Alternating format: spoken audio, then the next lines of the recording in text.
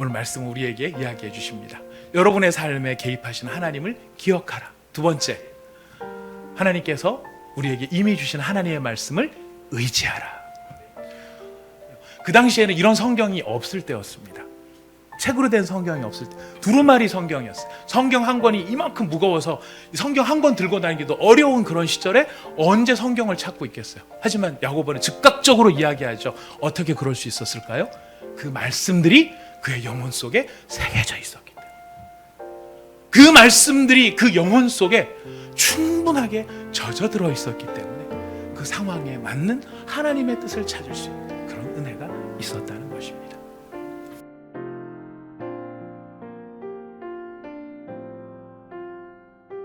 오늘 우리가 읽은 본문 말씀, 이 본문 말씀에 나타나는 일련의 이 상황들은 우리들에게 하나님의 뜻을 알아가는 법을 사실 우리들에게 알려줍니다. 여기에 담겨져 있는 진리의 지식도 굉장히 중요하지만 그 진리의 지식의 내용과 함께 그 진리의 지식을 정리해가는 일련의 과정들을 보면서 하나님의 뜻을 어떻게 우리가 깨달을 것인가, 이해할 것인가, 이것을 우리에게 잘 보여주고 있습니다.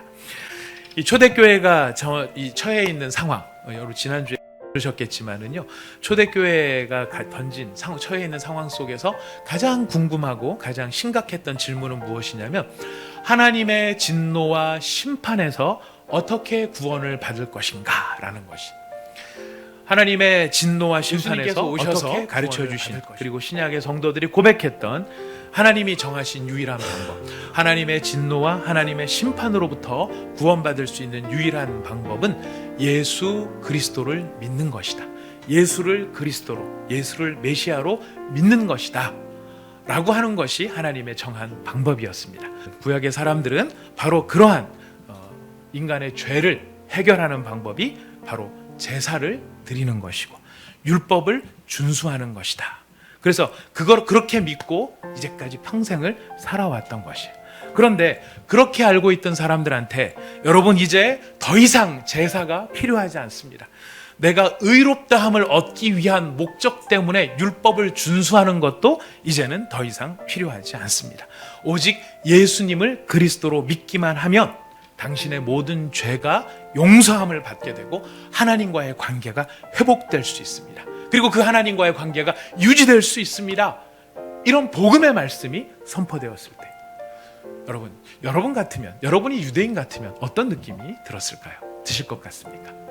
이제는 더 이상 내가 하나님과의 관계에 대해서 두려움을 갖지 않아도 되는구나.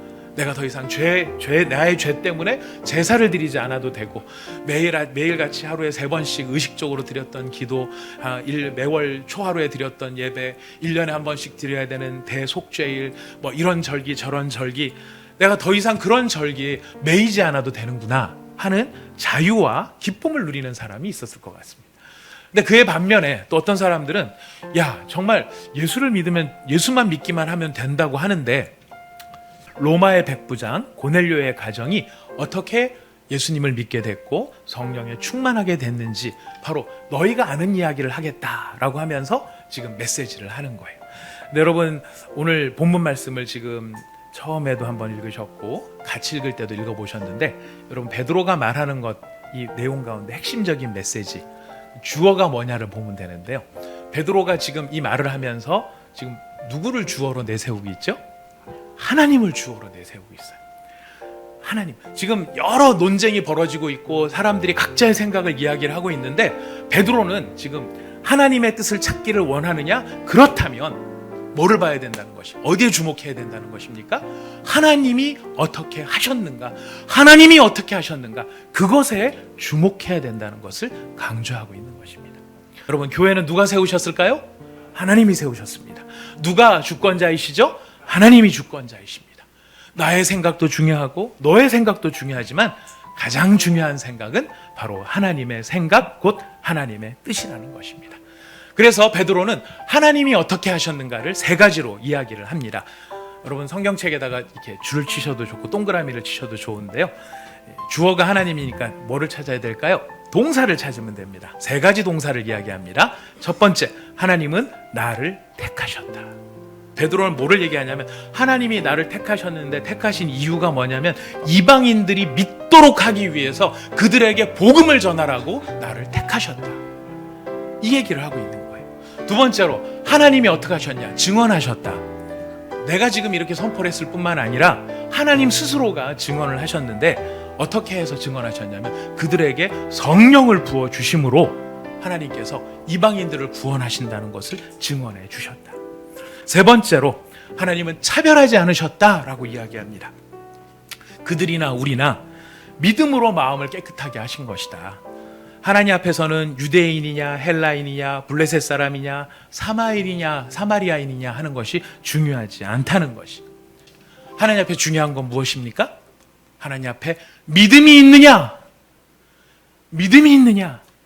예수 그리스도를 믿는 믿음으로 말미암아 변화를 받는 것이지 우선 다른 조건을 가지고 변화를 받는 것이 아니기 때문에 하나님 앞에서는 믿음에 관한 한 차별이 없으셨다. 이렇게 베드로가 증언을 하는 것입니다. 자, 그런데 하나님은 이렇게 일을 하는데 지금 베드로의 논박은 이겁니다. 너희가 어찌하여 하나님을 시험하느냐라고 이야기합니다. 하나님을 시험한다는 게 무엇일까요? 여러분 하나님 시험 해보셨나요? 뭐 보여야 시험을 하지. 하나님 시험해 본 적 없으신가요? 하나님 시험한다는 게 무슨 뜻일까요? 성경에 보면 하나님을 시험한 사람들이 부지기수로 나옵니다. 사실 우리도 이렇게 할 때가 참 많이 있어요. 하나님을 시험한다는 건 다른 게 아닙니다. 하나님이 하시는 일이 있고 하나님이 명백히 제안하신 하나님의 뜻이 있어요. 하나님의 뜻이 분명해요. 근데 그것이 내 마음에 들지 않고 내 생각이 그것과 다르기 때문에 혹은 내가 그게 이해가 안 되기 때문에 그것을 고의적으로 거스르는 경우가 있습니다.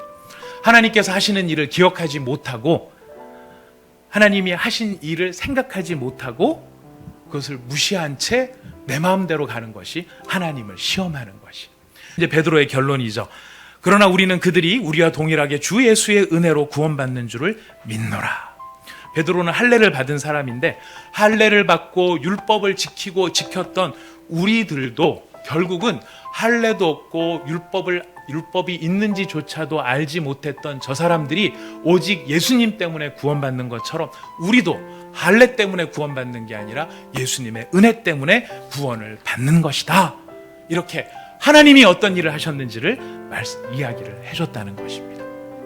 그 뒤에 일어났을 바나바와 바울도 비슷한 이야기를 하게 돼요. 자, 이렇게 이야기를 마치고 나니까 야고보가 정리를 합니다. 야고보가 어떻게 정리를 하는가? 지금 야고보가 하는 이야기의 핵심은 그겁니다. 성경이 뭐라고 하였느냐라는 것입니다. 자, 문제는 지금 오직 예수님으로 구원을 받는 게 맞냐 틀리냐 이 상황에 놓고 하나님의 뜻을 찾고 있는데 베드로는 무엇을 가지고 하나님의 뜻을 구하고 있죠? 하나님이 어떻게 일하셨는지를 기억하는 것을 통해. 야고보는 무엇을 통해서 이야기하고 있죠? 바로 일어난 일이 성경 말씀과 일치하느냐, 바로 그것을 통해 하나님의 뜻을 구하고 있다는 것입니다. 이 진리의 말씀, 이 교리가 굉장히 중요한 교리지만은요, 오늘 이 교리를 정리하는, 믿음의 내용을 정리하는 이 사람들이 하나님의 뜻을 구하고 있을 때 어떻게 구했는가, 우리는 여기서 우리의 삶에 적용해 볼 수 있는 원리를 찾기를 원합니다. 여러분, 하나님의 뜻이 궁금하시죠? 하나님의 뜻을 구하고 있습니다. 자, 그렇다면 우리도 어떻게 하면 하나님의 뜻을 찾을 수 있을까? 오늘 지금 베드로나 야고보가 한 일을 우리가 생각해 보기를 원하는 것입니다. 여러분, 먼저 여기서 한 가지 좀 어떤 방법을 이야기하기 전에 이 상황을 놓고 좀 한 가지 우리가 좀 알아야 될 게 있는데요. 여기 모여서 회의하는 사람들은 예수님의 직계 제자들입니다. 소위 사도라고 하는 사람들이고요. 그다음에 장로들이 있고 오순절 성령 강림을 체험한 그런 놀라운 믿음의 경험이 있는 사람들입니다. 자, 그런데 이런 사람들이지만 문제에 대한 하나님의 뜻을 자동적으로 깨닫습니까? 안 그러면 그 뜻을 깨달으려고 엄청 노력을 하고 있습니까? 예, 맞습니다. 노력을 하고 있습니다. 하나님의 뜻을 찾기 위해서는 우리 가운데 노력이 필요하다라고 하는 것을 알려주고 있습니다. 노력을 하는데 그럼 어떻게 노력을 해야 되느냐? 두 가지입니다. 두 가지. 기억하는 일이 필요하고 의지하는 일이 필요한 거예요. 저를 따라 한번 해보겠습니다. 기억합시다.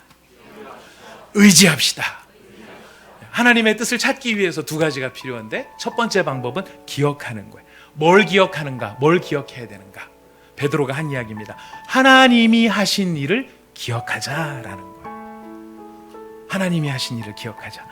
기억하라 그랬는데 왜 기억하라고 할까요? 앞에 7장 18절 앞에 나와 있어요. 두려움 때문에 그래요. 그들은 그들 앞에 있는 큰 시험 때문에 두려움에 빠져 있어요. 근데 그 사람들한테 지금 뭐라고 얘기하냐면 기억하라는 것입니다. 하나님이 어떻게 너희의 조상들을 인도해 내셨고 애굽에서 기적을 베푸셨고 광야에서 너희들을 인도하셨는지 그거를 기억하라. 그 얘기는 뭡니까? 지금 이 사람들은 잊어먹고 있다는 이야기, 잊어버리고 있다는 이야기. 내 하나님 여호와를 기억하래요. 왜? 그가 너에게 뭘 주었기 때문에? 재물 얻을 능력을 주셨기 때문에. 이 얘기는 무슨 뜻일까요? 많은 사람들이 돈은 내가 잘해서 버는 거라고 생각하는 거예요. 여기는 다른 것도 다 해당이 돼. 네가 머리가 좋은 거, 네가 공부 잘하는 것, 능력을 하나님이 주셨다. 그걸 왜 기억하라고 할까요?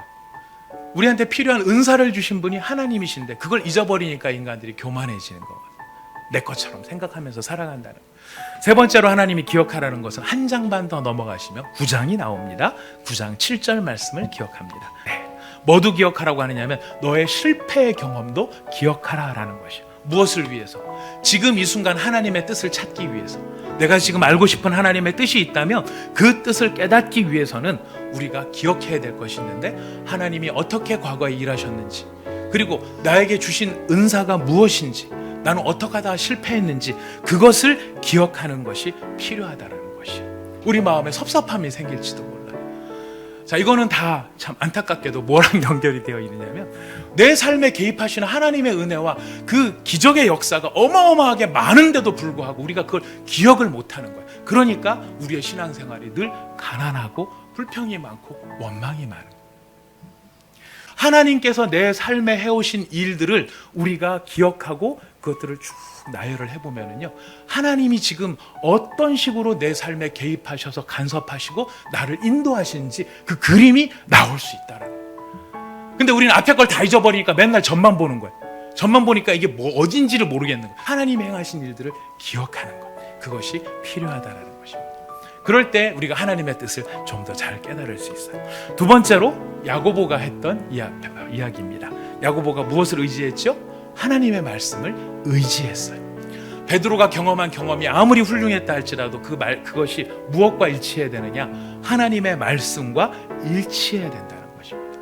성경에는 하나님이 수많은 사람들을 대하시고 그들을 향해 보이신 하나님의 성품과 하나님의 인격과 하나님의 이런 표현 죄송합니다. 하나님의 됨됨이가 거기에 묻어 있어요.